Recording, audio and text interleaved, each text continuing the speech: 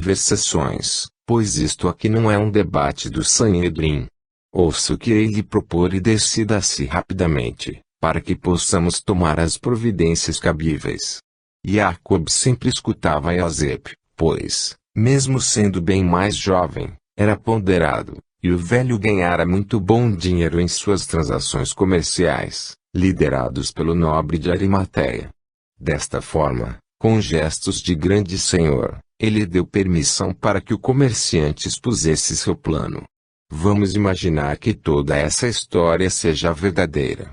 Se for, temos que proteger você e sua família.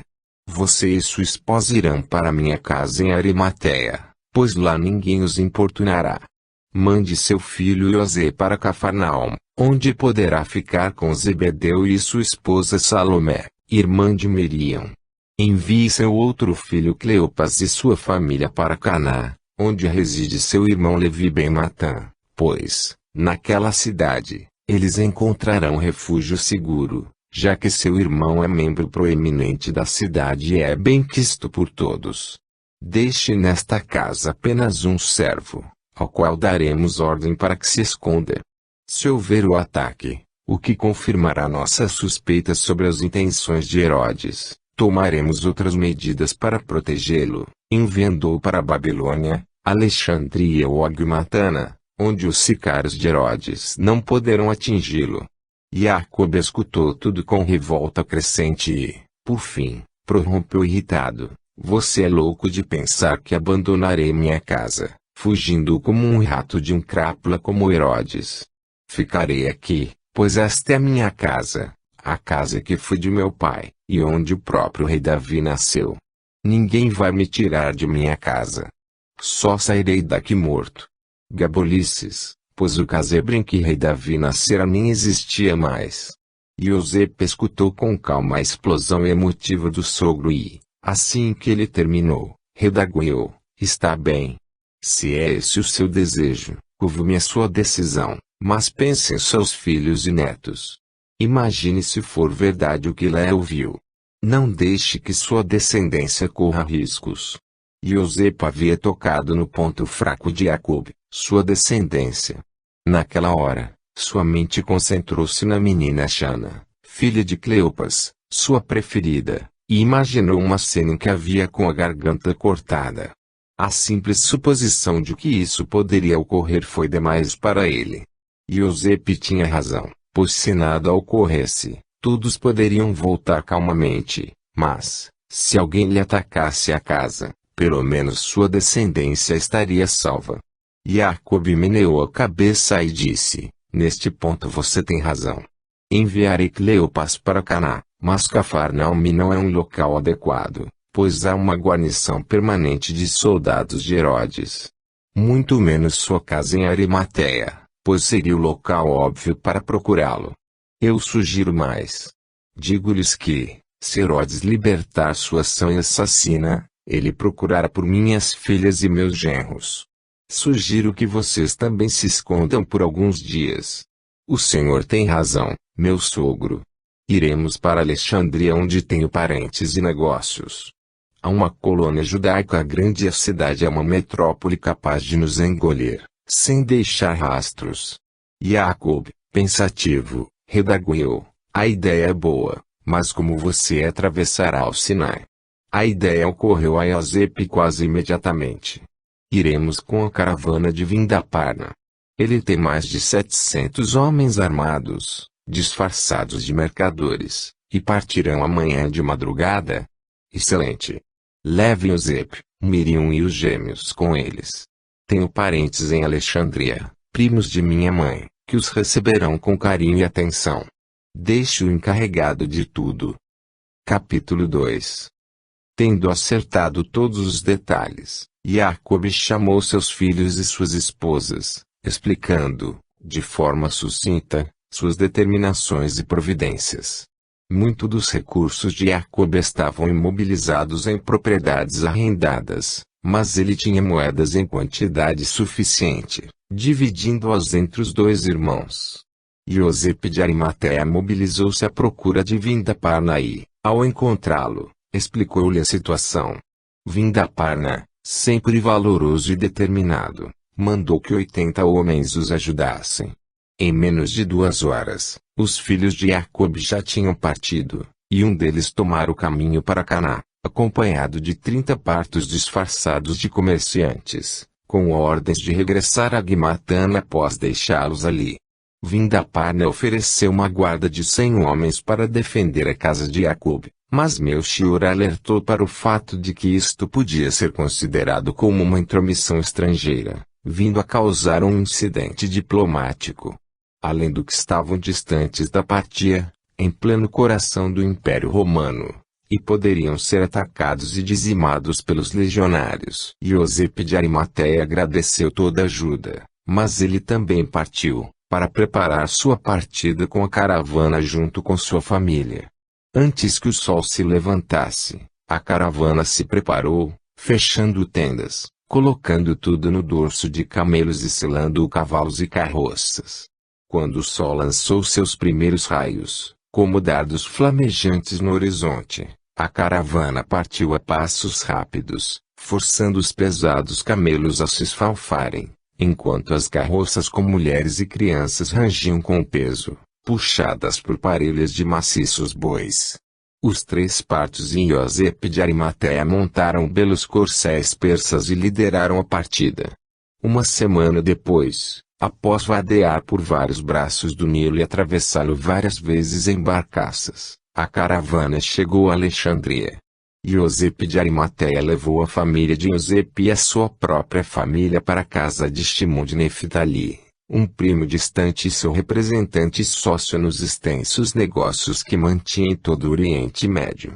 Antes de se separarem, os partos ofereceram diversos presentes à família, especialmente a Yesua, que ganhou um pequeno baú repleto de joias e peças de ouro puro. A Ieda deram uma adaga de prata com incrustação de pedras preciosas, o que era também um presente principesco.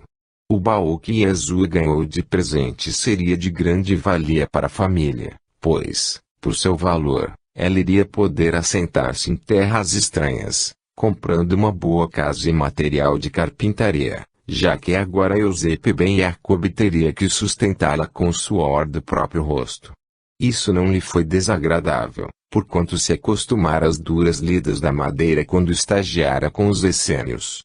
Vindaparna partiu com seu grupo para Heliópolis, após descansarem por 10 dias.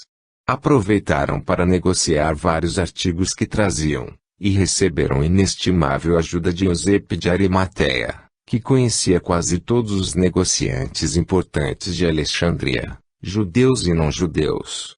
Melchior havia usado de várias formas de adivinhação e concluíra que Yesua era chauseante, e, ao partir, beijou as mãos do pequeno menino que, meio sem jeito, acabou por beijá-lo de volta no rosto barbado. Melchior e Baltazar partiram com os olhos cheios de lágrimas enquanto Vindaparna falava alto e tossia constantemente, para afastar as lágrimas dos olhos, pois não ficava bem para um guerreiro demonstrar tais emoções. Enquanto a caravana viajava à beira-mar, após intenso castigo de um sol ardente, a casa de Jacob era assaltada de madrugada por 7 homens vestidos de roupas negras, que, em perfeito silêncio, pularam o muro e entraram nos quartos, sem que tivessem sido incomodados. Os sicários de Herodes, assassinos exímios, mataram todos os que encontraram e, após terminarem seu trabalho macabro, vasculharam a casa à procura de joias e dinheiro. Acabaram encontrando o que desejavam, mas em quantidade bem menor do que esperada. Oséias, contudo, era homem prevenido, e sabia que não seria bom que todas aquelas pessoas fossem encontradas degoladas ou com perfurações no peito. Ficaria claro que a casa havia sido assaltada, e isto sempre levava a algum tipo de investigação. Sua experiência lhe dizia que o fogo era a melhor forma de ocultar quaisquer provas do crime. Empolgado, então, por astúcia destruidora, lançou mão de uma tocha acesa para iluminar um escuro corredor no interior da casa e ateou fogo em diversas partes da residência, que não custou muito arder em chamas.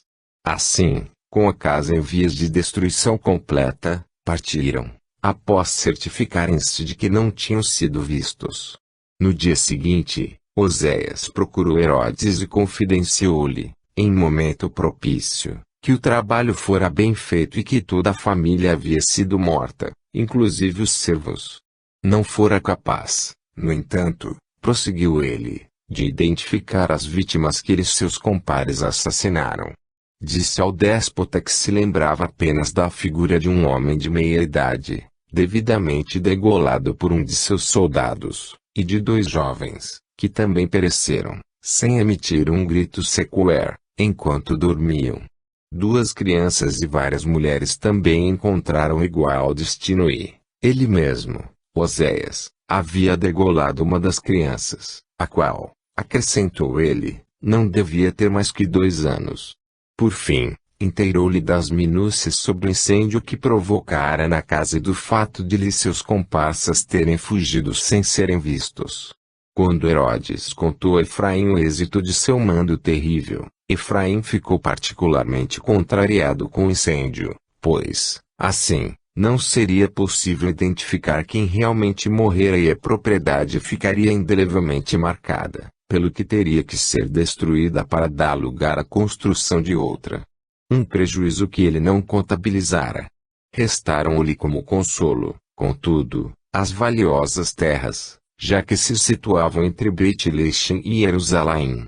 Nesse dia, comemorando o êxito em destruir um provável pretendente ao trono que lhe fora dado por César Augusto, Herodes se cedeu na bebida, na comilança em perigoso transbordamento emotivo. Estava feliz como havia muito não estivera, pela crença que nutria de ter logrado vencer os ridículos mitos e lendas daquele povo do qual era rei, mas ao qual odiava e era por ele odiado. Nada que fizera agradar aquela matula de pedantes e ignorantes. Ele, que era idumeu, que gastara parte de seus próprios recursos para construir um templo digno da veneração daquele povo, que usara de seu próprio dinheiro várias vezes para alimentar a população mais pobre em épocas de seca, não recebera em troca a adoração popular nem o reconhecimento de que fora um grande rei. Conhecia as piadas de mau gosto que corriam a seu respeito, e até mesmo seu amigo César Augusto andara dizendo, quando da matança dos filhos que tentaram usurpar-lhe o trono, de que era melhor ser porco na casa de Herodes do que um filho seu. Sim, porque o chazir, porco, era considerado um animal impuro e, segundo os costumes daqueles povos, jamais seria morto para servir de alimento, o que o livrava do risco de perder a vida. Seu longo reinado, de 36 anos, só lhe trouxera desgraças, mesmo com a construção da bela cidade de Cesareia, providenciada como homenagem a César Augusto, primeiro príncipe de Roma, mesmo com a construção de um fabuloso aqueduto para trazer água para Jerusalém com o intuito de resolver o problema de falta do precioso líquido naquela cidade, mesmo com a pavimentação, à moda romana, de vários quilômetros de estrada. Nada que fez tinha valor para aquele povo ingrato, cria ele, que só sabia discutir as vírgulas da lei. Uma lei em que ele mesmo não acreditava, pois eram excessivamente helenizadas para acreditar que Deus estivesse preocupado com a existência daqueles vermes, que rastejavam sobre uma terra seca, sob um sol inclemente. De noite, as dores de sua artrose pioraram, seus dedos do pé mal lhe permitiam andar. Sua úlcera latejava de forma dolorosa. Sua tosse rouca tornara-se quase insuportável, obrigando os médicos da corte a lhe ministrarem uma infusão de ervas com ópio que, se por um lado o entorpecia, o fazia ter visões as mais macabras, vendo-se enrodilhado de pavorosos demônios, que conversavam com ele como se fossem vivos, e com tamanha nitidez, que ele temia estar ficando louco. Subitamente, após ter tomado as infusões e ter bebido vinho em excesso, sentiu uma dor no braço esquerdo e um terrível mal-estar no estômago.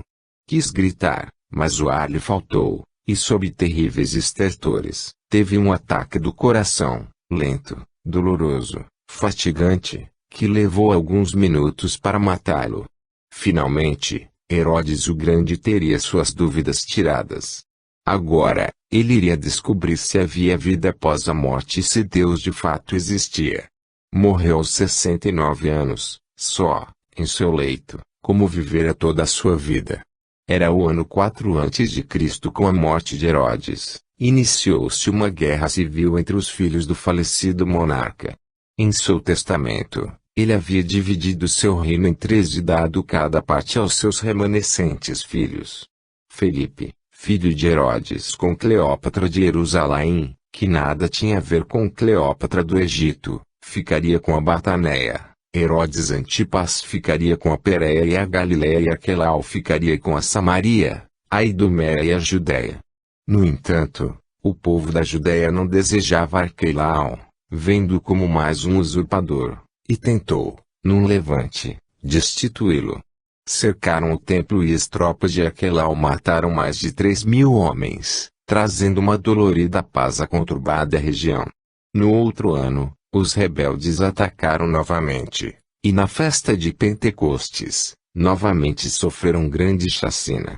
Neste ínterim, na Galiléia, sob o comando de Judá, chamado de Gaulonita, grupos armados de galileus, homens simples do campo, tomaram Séforis, capital da província. Herodes Antipas, que fugira na hora certa, pediu ajuda ao novo governador da Síria, Varo, que trouxe 20.000 homens e arrasou centenas de aldeias, crucificou 2.000 homens e vendeu, como escravos, 30.000 galileus, recolocando no trono Herodes Antipas. Arquelau mostrou-se mais despótico do que o pai e começou uma perseguição tenebrosa a vários judeus que se lhe opunham ao domínio. Entre eles, Efraim, que morreu de forma terrível, quando lhe despejaram cobre derretido pela garganta abaixo. Naxum fugiu para a Síria, colocando-se sob a proteção de Varo, mas que, desconfiado dele por ter sido um dos homens fortes de Herodes o Grande, mandou estrangulá-lo na calada da noite, e seu corpo jogado no pó dos caminhos onde os animais de carniça fizeram seu trabalho de lixeiros da natureza, com maestria. Arquelau, todavia, tornou-se um desvairado, aplacando a fúria do povo, matando desafetos pessoais, gente que não representava nenhum perigo ao Império Romano. Depois que uma delegação de notáveis implorou a Augusto sérias providências contra a ação assassina do herdeiro, ele foi destituído e removido para a cidade de Viena, na Gália, onde morreria anos mais tarde. César Augusto transformou a Judéia em província de segunda classe, governada por um prefeito romano, subordinado ao governador da Síria. Copônio, primeiro prefeito da Judéia, erroneamente chamado de procurador, tomou posse no ano 6 depois de Cristo e trouxe relativa paz à Judéia. Enquanto estes turbulentos anos se passaram, Iosepe de Arimateia e sua família, bem como Nicodemos, retornaram para casa, especialmente motivados pela morte de Efraim, que ocorrera no ano 3 a.C. Eles continuaram seus negócios, sabendo ser prudentes, e mantendo-se distantes da política nefasta de Arquelau. Por assim proceder, não foram incomodados. Iosepe ben Jacob, já sabedor da morte do pai, ficou temeroso de retornar a Beit Lechem, preferindo ficar em Alexandria, onde encontrou um terreno propício para o desenvolvimento de seus negócios. Alexandria era uma metrópole cosmopolita, onde se podiam encontrar todos os povos, desde gregos até judeus. Havia inclusive um mosteiro budista devidamente financiado por Asoka, falecido rei de um dos impérios indianos. Iosepe encontrou, num grupo de judeus, os terapeutas, aquilo que tanto almejara a vida inteira. Eles eram um agrupamento com características idênticas aos essênios, com rituais muito parecidos, acreditando nos mesmos valores, e eram profundos estudiosos de tudo o que se passava no mundo. Eles tinham uma origem comum com os essênios, porquanto ambos descendiam do movimento inicial, os Hassidim. Eles se dedicavam ao estudo do corpo, suas doenças e suas curas. Eles usavam diversos métodos, desde infusões, pequenas intervenções e a imposição de mãos. Eles acreditavam que era possível transmitir fluidos regeneradores aos doentes, levando-os à cura. Os terapeutas, no entanto, haviam recebido uma forte influência posterior dos neopitagóricos, acreditando, portanto, em múltiplas existências do espírito. Pitágoras não fora um divulgador da doutrina da metempsicose, como muitos acreditavam para tentar denegri-lo, mas era fervoroso crente de que o espírito transmigrava por diversos corpos, mas sempre numa escala ascendente. Ele acreditava que o processo de reencarnação era o meio pelo qual o espírito desenvolve seu potencial infinito, transformando em ato. Ele também, influenciado por Aristóteles, acreditava que o potencial era algo latente no espírito, precisando só de desenvolvimento e prática, para se transformar em ato. Deste modo, todas as pessoas normais têm o potencial de ler, por exemplo, e só não leem porque não aprenderam. Quando aprendem, o potencial intelectual de ler, torna-se no ato de ler. Portanto, o espírito tem o potencial infinito, só precisando aprender, desenvolver e praticar, para consolidar este potencial em ato. Para eles, Deus era ato puro. O Supremo Criador não tinha potencial a ser desenvolvido.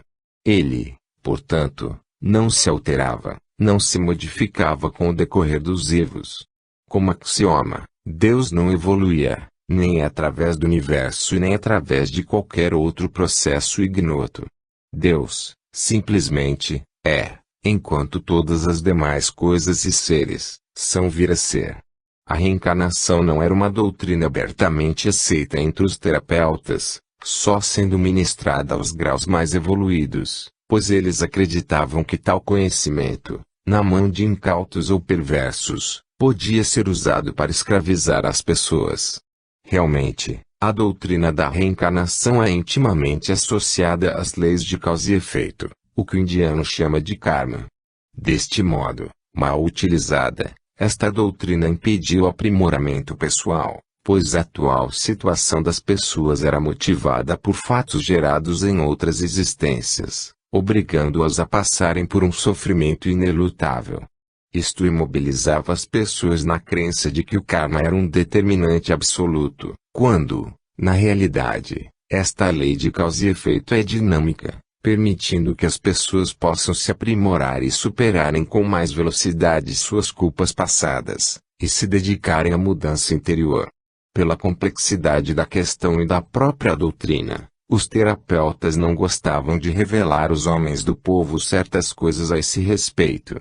Para eles, era mais provável que uma simples explicação acerca de certas particularidades da realidade maior levasse o leigo à confusão mental do que ao seu entendimento. Explicar-lhe, por exemplo, que nós reencarnamos para expiar pecados passados era, segundo criam, o mesmo que dizer que vivemos apenas para sofrer. Uma explicação simplista pode ser pior do que falta de informação.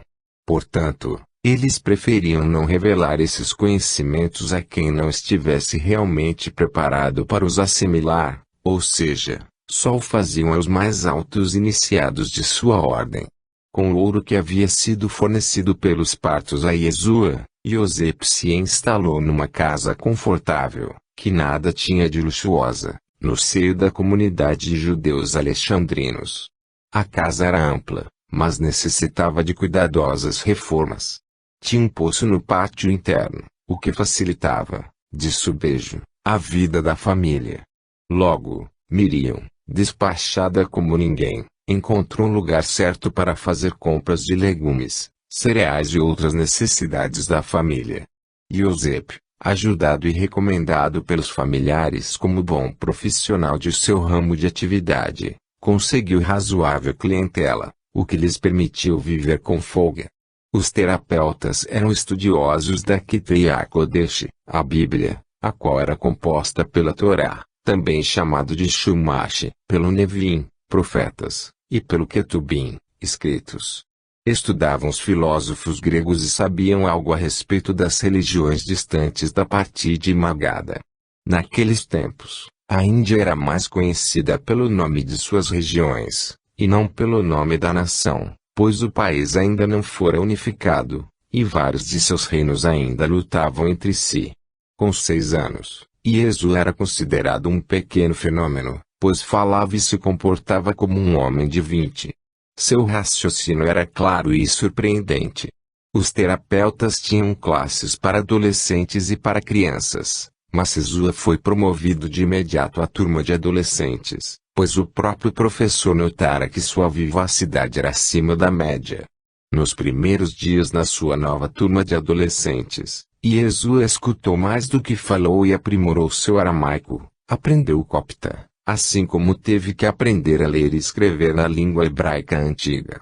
Seu primeiro sucesso foi em aprender o hebraico, pois não conhecia nada daquela língua e o professor, destacado para tal feito, o fez com extrema má vontade. Ele imaginava que perderia anos ensinando aquela bela criança. Para seu espanto, no terceiro dia, ele já falava várias palavras, conseguindo articular frases inteiras, e no final da segunda semana, falava, escrevia e lia fluentemente.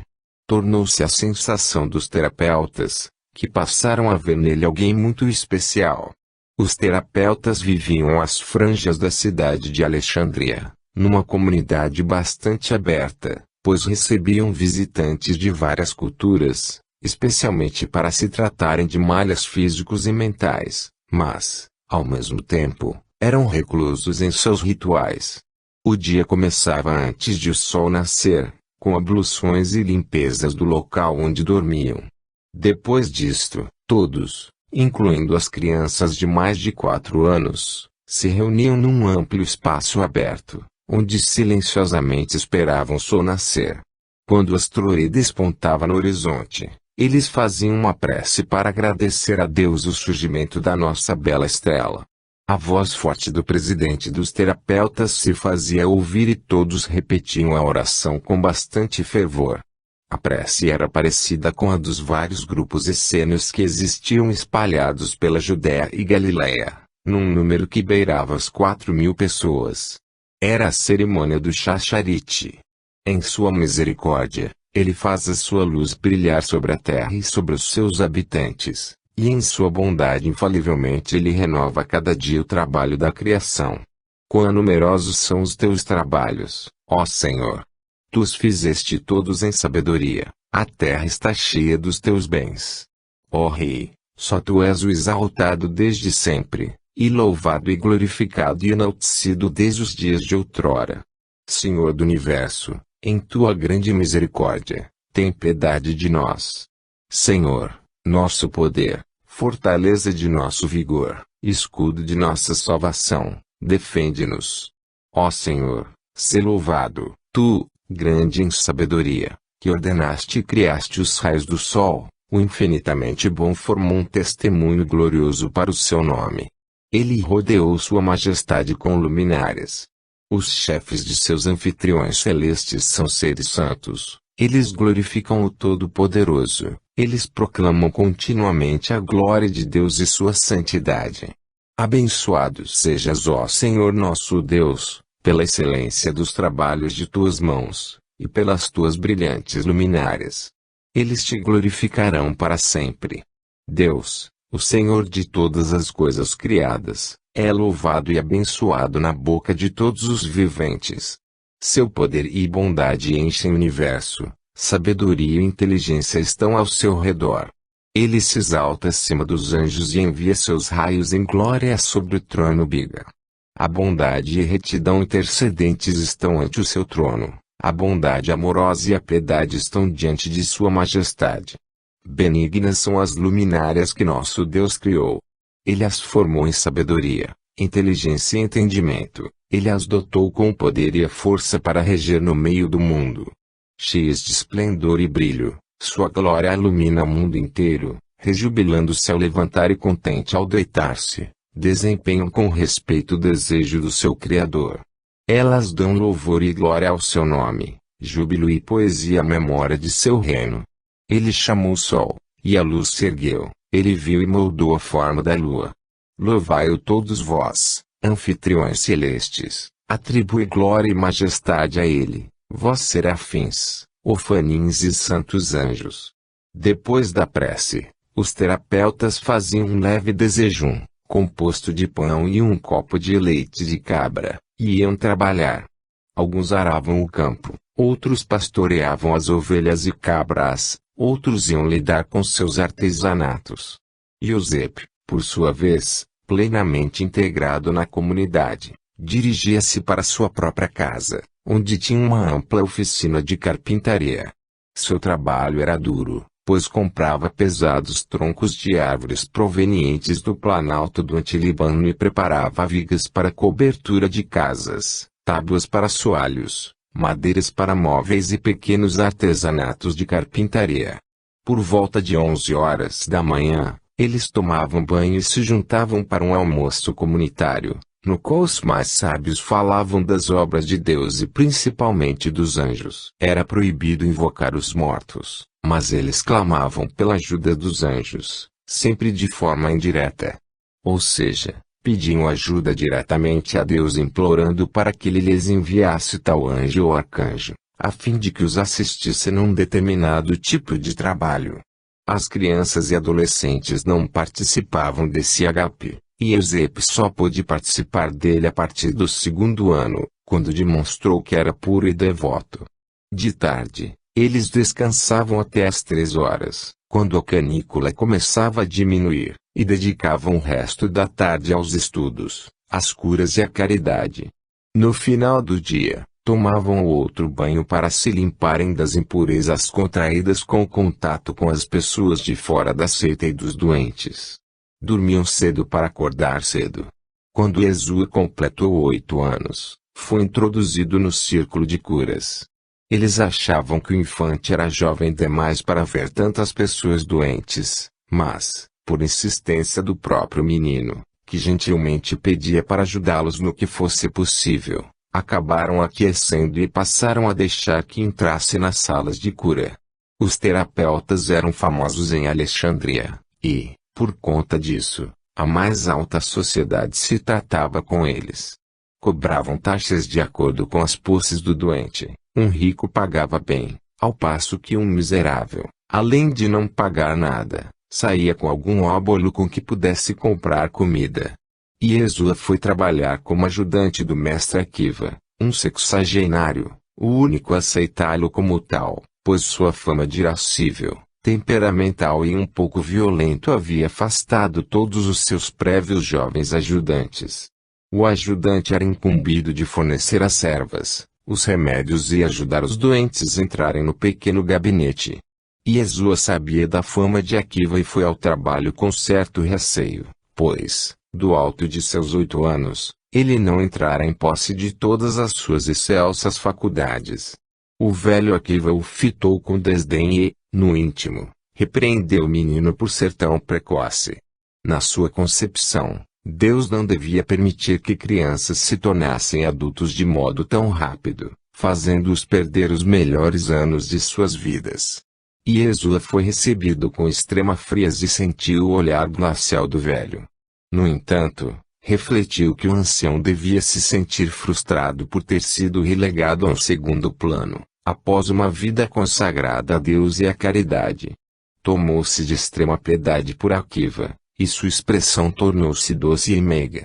Além disso, de seu peito jorrou uma forte energia amorosa, que envolveu Akiva, e, antes que o velho soubesse por quê, já tinha aceito o novo ajudante, tendo mudado radicalmente de pensamento.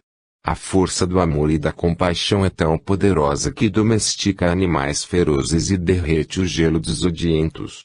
De manhã, ele trabalhava com o pai e o irmão Ida, que todos chamavam de Talma, ou seja, gêmeo em siríaco, aramaico. As manhãs passavam rapidamente, e, de tarde, ele ia assessorar Akiva. Yeshua estudava durante umas 2 horas, entre o almoço e o início das curas, lendo rolos de papiros onde se desenrolava não só o Torá como também peças teatrais gregas, escritos romanos de Sêneca, o Velho, e histórias de egípcios, seus deuses e estranhos rituais. Ele tinha não só facilidade de aprender como também habilidade manual ambidestra.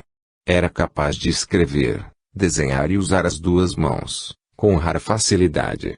Sua preferência consciente era a mão direita, mas, dependendo da posição, e não tendo que pensar muito no que tinha que fazer, usava a esquerda com igual facilidade. Sua relação com o irmão gêmeo era toda particular. Quando eram crianças, Iesu achava graça das tiradas inteligentes e hilariantes de Hilda. Por sua vez, seu irmão gêmeo tinha por ele verdadeira adoração. Entre os dois havia um pequeno abismo de inteligência e, especialmente, de grau de amadurecimento. Mas comparado com outras crianças, Hilda era um gênio, enquanto que Iesu era um super gênio. Hilda também foi levado para classes mais avançadas de estudo dos terapeutas e tornou-se proficiente em aramaico, hebraico e grego. Era quase tão bem dotado quanto Iesu e tinha capacidade de raciocínio superior às das outras crianças. Tinha também uma memória privilegiada, pela qual podia guardar textos falados e escritos com grande facilidade e os reproduzir sem dificuldade. Com sua mãe, Iesu tinha um doce amor, mas Miriam tinha uma certa desconfiança dele, achando-o excessivamente amadurecido, e por muitas vezes, ela se perguntou se isto era normal. Já com o pai, havia uma relação interessante e estranha, pois desde que sua precocidade se manifestara aos 2 anos, Iosepo tratava como se fosse um adulto, exigindo dele responsabilidade, cumprimento eficiente do dever e uma relação de amizade profunda, no qual era plenamente correspondido. Já com Hilda, o pai observou que sua precocidade se deu aos 3 anos, e por isto o achava mais infantil do que Iesu, e permitia que ele se comportasse como tal, dando-lhe mais tempo para os folguedos infantis. Com Akiva, nos primeiros dias, Iesu aprendeu a distinguir as ervas e os seus usos medicinais, assim como os vários ungüentos e pós que, misturados, podiam trazer alívio para as doenças. O contato do menino Iesu, que com 8 anos se comportava como um homem de 30, com as doenças e os doentes, despertou cada vez mais comiseração e amor por estas desvalidas criaturas. Para Akiva só mandavam os pobres e os muito doentes, pois estes não podiam pagar. Akiva, quase sempre, impunha as mãos, com parcos resultados. O velho o fazia de forma mecânica, quase displicente, demonstrando que sua frustração havia atingido o máximo. Iesu observava com cuidado, aprendendo com incrível rapidez, e, de certa forma, mesmo que ainda não tivesse desenvolvido a vidência, intuitivamente sabia que nenhuma energia saía de Akiva para os doentes. A imposição de mãos era apenas parte de um ritual através do qual só os mais desesperados ou os mais crédulos eram capazes de sentir melhoras. O tempo passou e Iesu atingiu os 10 anos, e ele estudava com os adultos, pois acompanhara sua turma e todos já tinham alcançado a idade de casarem e terem filhos, ou a se dedicarem com exclusividade às obras de Deus.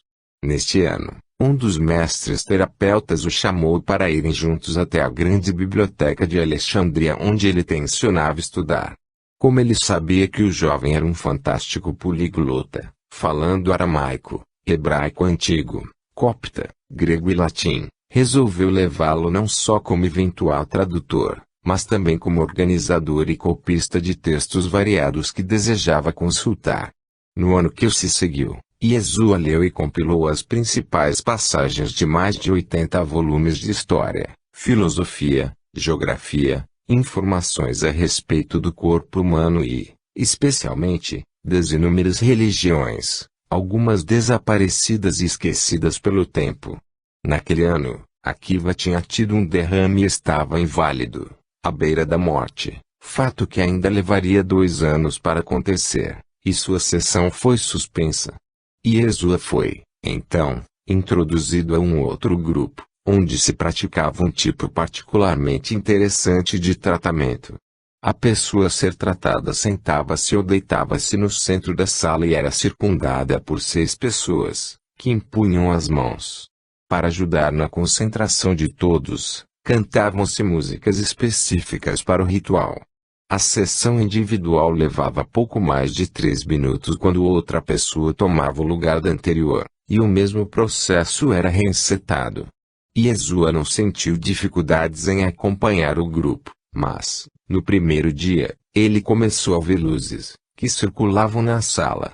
Era um caleidoscópio de luzes que pareciam se dirigir para dentro e, depois, para fora da pessoa doente. A luminescência variava de caso a caso, de acordo com o tipo de doença que afetava o consulente. Algumas vezes as luzes se concentravam no peito, ou na cabeça, ou em outro lugar do corpo, enquanto que em outras circunstâncias, as luzes banhavam a pessoa da cabeça aos pés. As sessões não passavam de 1 hora quando todos, então, tomavam banho de ervas aromáticas e descansavam sob uma árvore frondosa, revitalizando-se. Muitos ficavam tão extenuados que dormiam durante algumas horas, acordando mais dispostos. Yeshua, um garoto taludo de 10 anos, estava despertando para outras dimensões. As luzes agora eram acompanhadas de vultos, que, cada dia, se tornavam mais claros e nítidos. Na segunda semana, ele passou a ver espíritos como ele via seres humanos.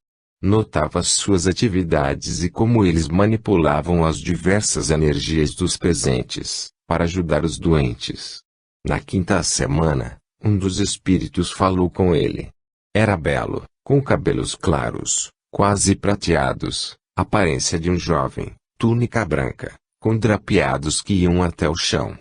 Sou Samanjilaf. Estou aqui para protegê-lo. Nada tema. Qualquer coisa que o assustar, chame por Deus, que eu estarei perto de você em instantes. Yeshua, no início, ao ver os espíritos, ficou encantado com suas formas belas e seu jeito esvoaçante, quase etéreo, mas à medida que começou a ver coisas belas, também passou a enxergar espíritos tenebrosos, de carantonhas medonhas, verdadeiros demônios, com rictos faciais animalescos. Assustou-se, mesmo que já tivesse lido a respeito em vários escritos. Com Samanjilaf, ele se tranquilizou. Sentia, no belo espírito, que havia uma força superior que o protegeria desses demônios do que se enrostavam à sua face. O chefe do grupo era vidente e observou que o jovem também era capaz de ver os espíritos e os demônios. Notou também que das mãos de Yeshua saía uma torrente de fluidos luminosos, que quase o cegavam. Além disso, da fronte e do peito de Yeshua, saíam luzes de cores extremamente fortes, que envolviam os doentes num banho fluídico impressionante. Ele observou que Yeshua era capaz de dirigir o fluxo luminoso para certas áreas doentes dos pacientes, obtendo, com isto, um efeito curador bem acima dos demais terapeutas. Ele relatou tudo ao seu superior que, cada vez mais se convencia de que Yeshua era um profeta ou anjo renascido na terra. Quem poderia ser? Enoche, Elias, Micael, Metatron ou Gabriel? Ao alcançar os 12 anos, Yeshua sentiu seu corpo se modificar. Estava entrando na adolescência e os hormônios estavam fazendo o seu trabalho. Seus pelos cresciam, sua barba começou a se delinear levemente, sob a forma de uma penugem castanha, e o clamor do sexo iniciou-se de forma presente.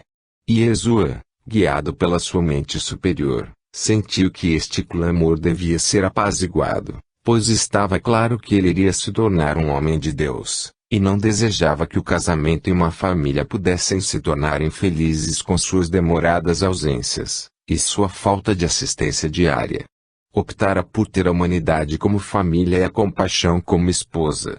Com a sua forte vontade, dirigiu a energia sexual que despontava em seu centro de força e dirigiu aos centros de força superior, localizando-os no coração e no topo de sua cabeça.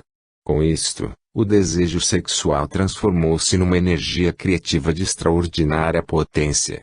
Enquanto estes fatos aconteciam, Miriam dava luz, sucessivamente, a Jacob, nomeado em homenagem ao falecido avô, mais tarde conhecido entre os ocidentais como Tiago, Miriam, uma linda menina de olhos cor de caramelo, Shimon, Yosep e finalmente Raquel. Todos haviam nascido em Alexandria, no decorrer dos anos, sendo que Jacob nascera em 3 a.C., Miriam em 1 a.C., Shimon em 1 d.C., Josepe em 3 d.C., e Raquel em 5 d.C. Tanto Jesua como Eda ajudaram a mãe a cuidar dos irmãos, lavando-os, nutrindo-os na hora conveniente e ensinando as primeiras palavras. Quando o primeiro prefeito romano instalou-se em Jerusalém, Josepe de Arimateia, que ia constantemente para Alexandria tratar de seus negócios, avisou aos genros que não corriam mais nenhum perigo e que podiam voltar para casa. Miriam, grandemente saudosa dos pais, insistiu muito em voltar para a cidade deles. Por fim, em 7 d.C., a família vendeu tudo o que tinha em Alexandria e, aproveitando uma caravana de judeus alexandrinos, retornou para Beit Lechem, já que, ademais, era comum no Pessach que se organizassem caravanas de peregrinos, para ir à cidade santa visitar o templo. Os terapeutas organizaram uma caravana de 50 membros e partiram com um grupo de mais de 200 homens, além das mulheres, acrescido de peregrinos da Cirineia. A viagem em si não foi digna de nota, pois tudo transcorreu sem embargos de monta, a não ser o escaldante calor. Eles preferiram fazer a rota dos filisteus, porquanto ela beirava o mar, oferecendo uma leve aragem que suavizava o forno sinaico. A casa paterna em Beit Lechem havia sido reconstruída e tinha sido vendida a estranhos. Josepe tensionava então comprar uma casa, pois, assim, não alertaria eventuais desafetos que a família de Davi continuava a existir. Enquanto isto, a família de Josepe ficaria na ampla mansão de Josepe de Arimateia em Jerusalém, e, assim que terminasse o Pessach, Josepe ben Jacob iria procurar por uma casa adequada. Jerusalém, no Pessach, era um formigueiro imenso, abrigando mais de 30.000 peregrinos de todos os lugares.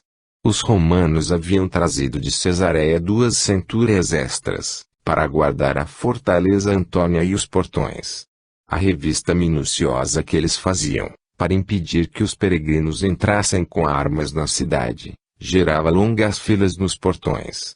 Josepe de Arimateia, como nobre amigo pessoal dos romanos, já que ele negociava estanho para eles, conseguiu um salvo-conduto e eles entraram sem ter que passarem pela extensa revista. No fundo, era uma revista inútil, pois as mulheres não eram vasculhadas e as armas dos homens, normalmente espadas para se defenderem de assaltantes das estradas, passavam por baixo das vestes femininas.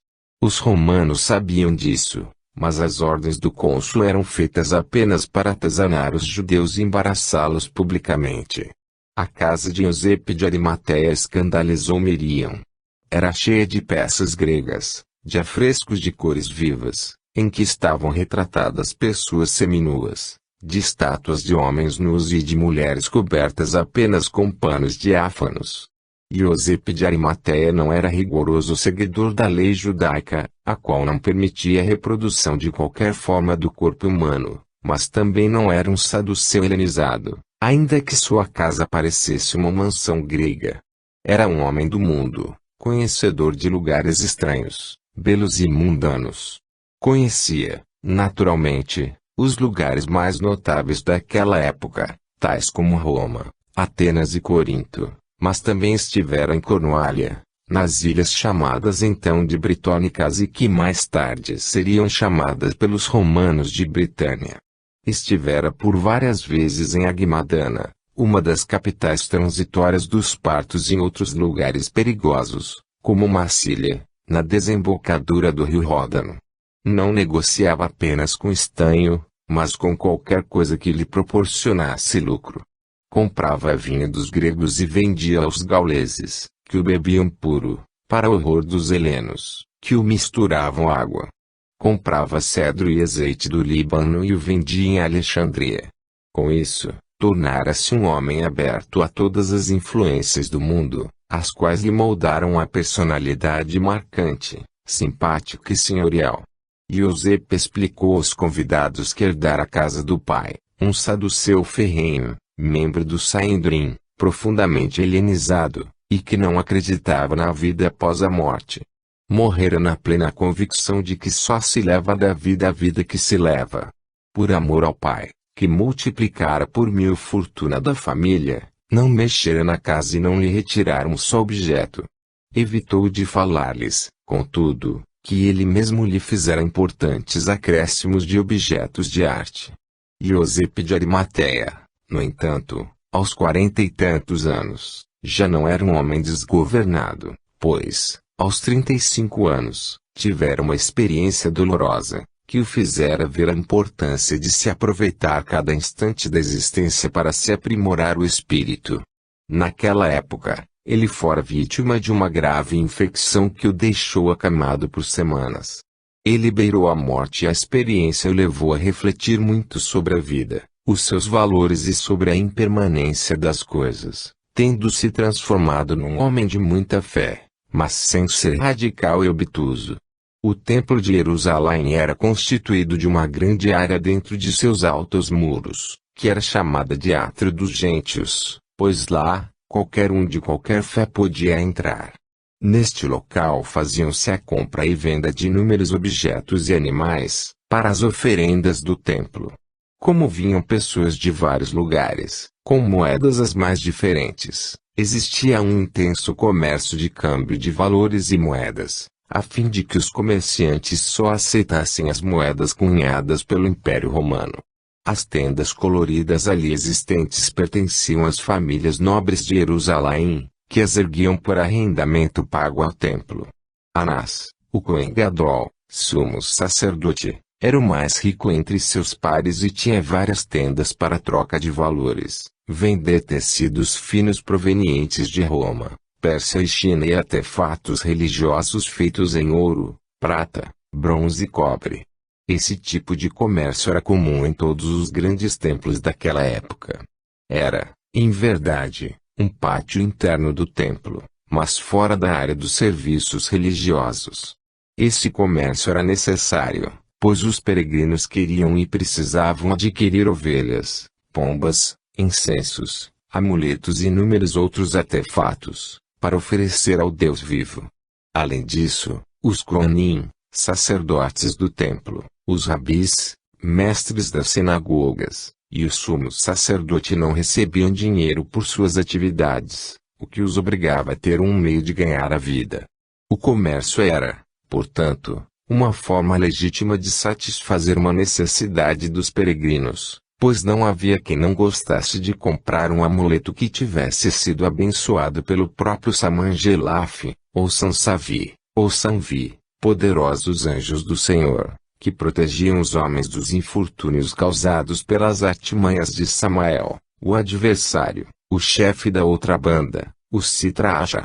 Os dias que se seguiram foram de muita atividade religiosa, pois os gêmeos conheceram o grande templo construído por Herodes, de linhas arquitetônicas um tanto gregas, é verdade, mas transbordante da fé dos circunstantes. Seus pais fizeram oferendas de acordo com as suas posses. Os meninos viram vários mestres de Judéia, fazerem longas preleções, em que reafirmavam o poder absoluto de Deus. Nicodemos, amigo íntimo de Iosepe de Arimateia, era fariseu de boa cepa. Achava engraçado o fato de que o amigo fosse um judeu tão arejado quando a maioria de seus compatriotas nem sequer cogitava discutir como Deus criava as coisas e, menos ainda, refletir sobre a natureza íntima do Criador. Assim, ficou mais do que feliz em convidar Iosepe ben Jacob, seu genro, e vários outros membros do Sanhedrim para um almoço após as comemorações do Pessach. A casa de Nicodemos era rica, mas extremamente austera, como era de praxe da parte de um rico e poderoso fariseu. Foram recebidos com fidalguia e apresentados a todos. Iosepe de Arimateia já era conhecido dos demais, pois era membro da Assembleia. Mas a fama de que havia um jovem de grande saber e inteligência entre eles havia atraído para sua casa mais gente do que esperava. Entre os convivas, estava o estranho Shammai, adversário de Léo, que queria conhecer o que aquele jovem tinha de tão notável. Em parte, A fama de Jesus era mais devida à difusão de suas características por parte de Eusébio de Arimateia, que sempre alardeava a precocidade do sobrinho, embora evitasse revelar que o jovem pertencia à família de Davi. O almoço transcorreu em clima de cordialidade, com os homens comendo de um lado e as mulheres reunidas em outra sala, em almoço à parte. Por serem adolescentes ainda, os gêmeos acompanharam as mulheres. Após o almoço, Nicodemos chamou Yeshua e entabulou conversa com ele sobre os terapeutas, e, na medida do possível, o jovem falava dos costumes públicos, sem se referir aos rituais internos da seita. Outros entraram na conversa, com o intuito sincero de conhecerem o que eles consideravam um subgrupo dos essênios. Para todas as práticas, os essênios eram fariseus mais radicais, indo até as raias do paroxismo, para defenderem a pureza da fé. Mal comparando, seria o mesmo que compará-los a um monastério de trapistas, que não deixam de ser católicos, mesmo sendo muito mais rigorosos na aplicação de sua fé. A conversa ia animada, com Yeshua respondendo educadamente às perguntas que lhe eram dirigidas, mas limitando-as a explicações sucintas. Ele sabia, instintivamente, que estava no covil de lobos, gentis, é verdade, mas que uma palavra mal interpretada podia dar margem a acerbas recriminações. No entanto, Shammai, que escutara calado, avaliando o moço, resolveu botar lenha na fogueira e começou a questioná-lo sobre matéria doutrinária. E Yeshua, ainda mais alerta, respondeu com cuidado, limitando-se ainda mais às exegeses tradicionais, não desejando inovar. Shammai, vendo que o jovem não saía de uma linha tradicional, e desejoso de criar polêmica, mudou radicalmente sua linha de pensamento, e desfechou uma pergunta capciosa. Diga-me, jovem Yeshua, você crê que Deus é discricionário? O jovem respondeu com certa humildade, pois agora era uma opinião que lhe era solicitada, e não mais uma regra ou lei do Torá, sobre o qual ele poderia responder conforme as Escrituras. Creio que dizer que Deus é discricionário seria o mesmo que dizer que ele é injusto. Para que Deus seja justo acima de tudo, ele precisa ser equânime. Assim considerado, o Pai não pode deixar de distribuir suas graças equitativamente a todos. Mas como você pode dizer que Deus é equânime se nós vemos que ele distribuiu suas benesses sem nenhum critério conhecido? Esta é a impressão que temos, ao ver que existem cegos, mudos e deficientes de nascença. Esta é a sensação que temos, ao ver que grande parte da humanidade é miserável, enquanto alguns parecem ter sido agraciados com beleza, riqueza, fama e felicidade. No entanto, Shammai interrompeu bruscamente, afirmando, esta não é só uma impressão, é um fato. Deus dá a um o que bem lhe aprouve, e a outro, nada lhe dá. Como afirmar que se trata de uma dádiva de Deus? Não será uma cegueira dos homens que, incapazes de conhecerem os desígnios divinos, lhe imputam uma característica que fere a lógica? Você quer afirmar que somos todos cegos? Num sentido metafórico, sim. Somos todos cegos. Por acaso estamos no âmago de Deus para saber de todas as suas razões? Quem somos nós, seres pequenos e falíveis, para julgarmos as imponderáveis razões de Deus para agir de certa forma? Não será que estes homens que sofrem, desviaram-se de sua lei, e o sofrimento é apenas um guia seguro para mostrar-lhes o caminho de volta para o seguro aprisco? Como então entender os que nascem com grandes sofrimentos, aleijados e incapazes? Não é mais lógico imputar a culpa nos pais, pelos seus pecados? Deus seria injusto se fizesse sofrer um inocente apenas porque seus pais cometeram algum delito. Está certo que os pais precisam ser punidos por seus eventuais erros e ter um filho deficiente a severa punição, mas será que Deus precisa fazer sofrer um inocente? Será que aquele ser que nasceu deformado também não tem alguma dívida ou responsabilidade para com a justiça divina? Como se acabou de nascer e nada fez para merecer tamanha infelicidade? Como saber se aquele ser não cometeu vilanias em outras circunstâncias? Mas que circunstâncias? Dentro do ventre da mãe. Yeshua sabia que estava pisando em areia movediça. Falar de reencarnação não era um pecado, pois muitos judeus acreditavam